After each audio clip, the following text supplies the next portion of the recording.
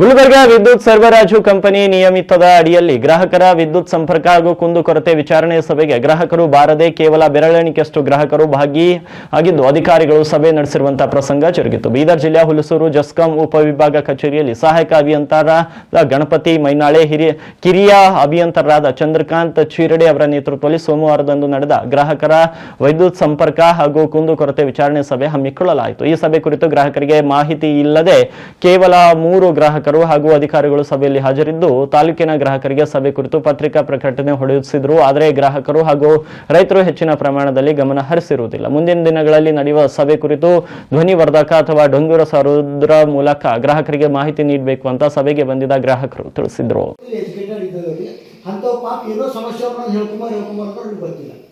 ಅದ್ರೊಳಗೆ ತಂದು ಇಲ್ಲಿ ಒಳಗೆ ಇಟ್ಕೊಂಡ್ರಿ ಹ್ಯಾಂಗ್ ಸರ್ ಏನು ನೀವು ಡಂಗೂರು ಹೊಡ್ಸಿರಿ ಏನು ಪಂಚಾಯತ್ದವ್ರು 4 ಇಟ್ರಿ.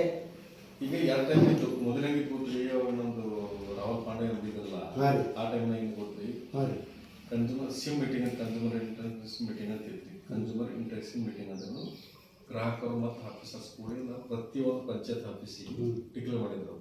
ಪಂಚಾಯತ್ ಆಫೀಸ್ ಹೋಗಬೇಕು, ಆದ ಪೂರ ಟೋಟ್ಲಿ ನಾವು ಟಮ್ ಮಾಡಿದ್ದು ಎಲ್ಲ ಪೂರ ಮಾಡಿ ಆಮೇಲೆ ಸ್ಯಾಮಲ್ ಚೇಂಜ್ ಮಾಡೋದು ಮೊದಲಿತ್ತು. ಅವನು 3 ವರ್ಷ ಮಾಡಿ ಸೊ ಅದು ಬಿಟ್ಕೊಟ್ಟಿಗೆ ಬರೀ ಏನೋ ಗ್ರಾಹಕರು ಕುಂದ್ಕೊಂಡು ಬರೀ ಆಫೀಸ್ದಾಗೆ ಅಂತ ಅವ್ರನ್ನ ಡಿಕ್ಲೇರ್ ಮಾಡಿದೆ. ಯಾಕಂದ್ರೆ ಇನ್ನೂ ಪಂಚಾಯತ್ ಆಫೀಸ್ ಹೋಗ್ಬೇಕಾಗಿತ್ತಂದ್ರೆ ಪಂಚಾಯತ್ನವ್ರು ಅವ್ರಿಗೆ ಮತ್ತೆ ಅಡಚಣೆ ಆಗಿತ್ತು ಒಂದು. ಆಮೇಲೆ ನಾಳೆ ಏನಂತ ಗೊತ್ತ್ರಿ, ಅವ್ರು ಅರೇಂಜ್ ಮಾಡೋದು ಯಾರು ಮಾಡಬೇಕು, ಇವೆಲ್ಲ ಸಮಸ್ಯೆ ಸಲುವಾಗಿ ಆಫೀಸಿಂದ ಮಾಡಿ ಬರ್ತದ. ಇನ್ನು ನೆಕ್ಸ್ಟ್ ನೀವು ಅಂದಂಗ ನಾವು ಆಫೀಸ್ ದೂರ ಅಂತಂದ್ರೆ ಎಲ್ಲರೂ ಕೂಡ 6 ತಿಂಗಳು ಕೆಳಗೆ ಹೇಳಿದಲ್ಲ ಸರ್, ಅಲ್ಲಿ ಮೀಟಿಂಗ್ ಹಂಗಲ್ವ್ರೆ ನನ್ನ ಆಫೀಸ್ ಪ್ರೊಸೀಜರ್ ಪ್ರಕಾರ ಹೋಗ್ಬೇಕು. ನನಗೆ ನಾವು ಹೇಳಕ್ ಸರ್ ನೀವು ಅಂದಾಗ ನಮ್ಮ ವಿಜನ್ ಆಫೀಸಿಗೆ ಕರೆಕ್ಟ್ ಸರ್. ನಾವಾಗ ನಿಮ್ಗೆ ಇವತ್ತು ಏನು ಹೇಳ್ದ, ನನ್ನ ಸಮಸ್ಯೆ ಏನದ ನೀವು ಹೇಳ್ಕೊಂಡ, ನೀವು ಮೇಲಾಧಿಕಾರಿ ಗಮನದಲ್ಲಿ ಇರ್ಬೇಕಲ್ಲ ಸರ್. ಮಾಡೋದು ಯಾಕೆ ಅದು ಇಂಪ್ರೂವ್ ಆಗೋದಿಲ್ಲ? ಈಗ ಅದು ನಾನು ನಿಮಗೆ ಕೇಳಬೇಕಲ್ಲ, ನೀವು ಅವ್ರಿಗೆ ಕೇಳಿ ಬಿಡ್ರಿ. ಬಟ್ ನಾನು ನಿಮಗೆ ಕೇಳಬೇಕಲ್ಲ. ನಾನು ನಿಮಗೆ ಏನು ಲೆಟರ್ ಕೊಟ್ಟಿದ್ದೆ ಸರ್, ನೀವು ಇಲ್ಲೇನು ಇಡ್ಲತ್ತೀರಿ, ಮತ್ತು ಜನರಿಗೆ ಬರ್ಲಾಕ್ ಹೋಗ್ಲಾಕ್ ಇದ್ರ ಬಗ್ಗೆ ಮಾಹಿತಿ ಇಲ್ಲ, ಪಂಚಾಯತ್ ಬಳಿ ಇಡ್ರಿ, ಡಂಗೂರು ಹೊಡಿಸ್ರಿ ಅಂತ ಹೇಳಿದ. ನೀವು ನಾನು ನಿಮಗೆ ಮೊದಲು ಹೇಳಿದ್ರೆ ನಿಮ್ಮ ಮೇಲಧಿಕಾರಿ ಹೇಳಿರೋ ಬಿಟ್ಟರು, ಬಟ್ ಅದು ಇಂಪ್ಲಿಮೆಂಟ್ದಾಗೆ ಇಲ್ಲ. ಇವತ್ತಿನ ನಡೆದ ನೀವು ಬಂದ್ರಿ ಸರ್, ನಾನು ನಿಮ್ಗೇನು ತಪ್ಪಿಲ್ಲ. ಈಗ ನೀವು ಬಂದ್ರಿ, ಒಬ್ಬರೇ ಕುಂತ್ರಿ, ಡಿಪಾರ್ಟ್ಮೆಂಟ್ದವ್ರು ಒಬ್ಬರೇ, ಇಲ್ಲಿ ಹೊರಗಿನವ್ರು ಯಾರು ಜನರ ನೀವು ಹೇಳಿ. ಈಗ ನೀವು ಇಲ್ಲಿ ನಾಳೆ ಏನು ರಿಪೋರ್ಟ್ ಮಾಡ್ತೀನಿ, ಈಗ ನೀವೇನು ಮಾಡ್ತೀರಿ, ನಾ ಹೋಗಿಲ್ಲ ಅಲ್ಲಿ ಯಾರು ಬಂದಿಲ್ಲ ನೀವು ಅಂತೀರಿ. ನಾ ಏನು ರಿಪೋರ್ಟ್ ಹೋಗಿ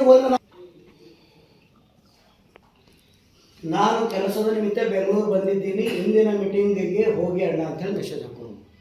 ಅವ್ರು ಹಾಕಿದ ಮೇಲೆ ಗೊತ್ತಾಗ್ಯದ ನನಗೆ ಸುದ್ದ. ಮತ್ತು ಇದು ಪೇಪರ್ ಕಟ್ಟಿಂಗ್ ಹಾಕೋರು. ಈಗಿದು ಎಲ್ಲರೂ ಬೀದರ್ ಬೆಂಗಳೂರಿಗೆ ಆ ಪೇಪರ್ದಾಗ ಹಾಕೋರು, ಲೋಕಲ್ದವ್ರಿಗೆ ಏನು ಗೊತ್ತಾಗಬೇಕು ಸರ್?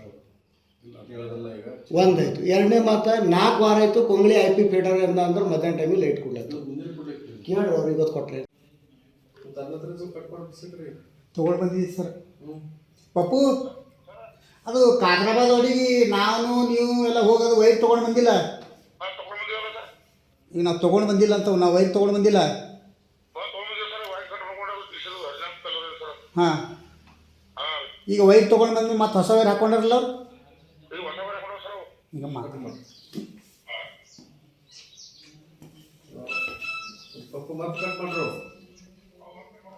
ಕಟ್ ಮಾಡ್ರಿ. ಸರಿ ಸರಿ. ಪ್ರತಿ ತಿಂಗಳ 3ನೇ ಒಂದೊಂದು ಸೆಕ್ಷನ್ ಈ ಸ್ಯಾಟರ್ಡೆ ಯಾಕೆ ಮಾಡಬೇಕು, ಉಗಾದಿ ಮತ್ತೆ ಮೋಸ್ಟ್ಲಿ ರಂಜಾನ್ ಹಬ್ಬಸೋದಕ್ಕೆ ಕೆಲಸ ಮಾಡಿಕೊಂಡು ಅಡ್ವಾನ್ಸ್ ಯಾಕೆ 3 ದಿವಸ ಕೊಟ್ಟಿವಿ ಅಂತ ಅಡ್ವಾನ್ಸ್ ಆಗಿ ಡಿವಿಷನ್ ಆಫೀಸರ್ ಫೈನಲ್ ಮಾಡಿ ಅವರೇ ಕೊಟ್ಟಿದ್ದು ಡೇಟ್ ಒಂದು. ಎವ್ರಿಗೆ ಹೋಟೆಲ್ಗೆ ನಮ್ಗಂದ್ರೆ ಈಗ 10 ಸೆಕ್ಷನ್ 9 ಸೆಕ್ಷನ್ ಬರ್ತಾವಲ್ಲ, ಅಂದ್ರೆ 9 10 ತಿಂಗಳಿಗೆ ಮತ್ತೊಂದು ಸರಿ ಬಂದಿರ್ತೀವಿ. Correct sir. ಈಗ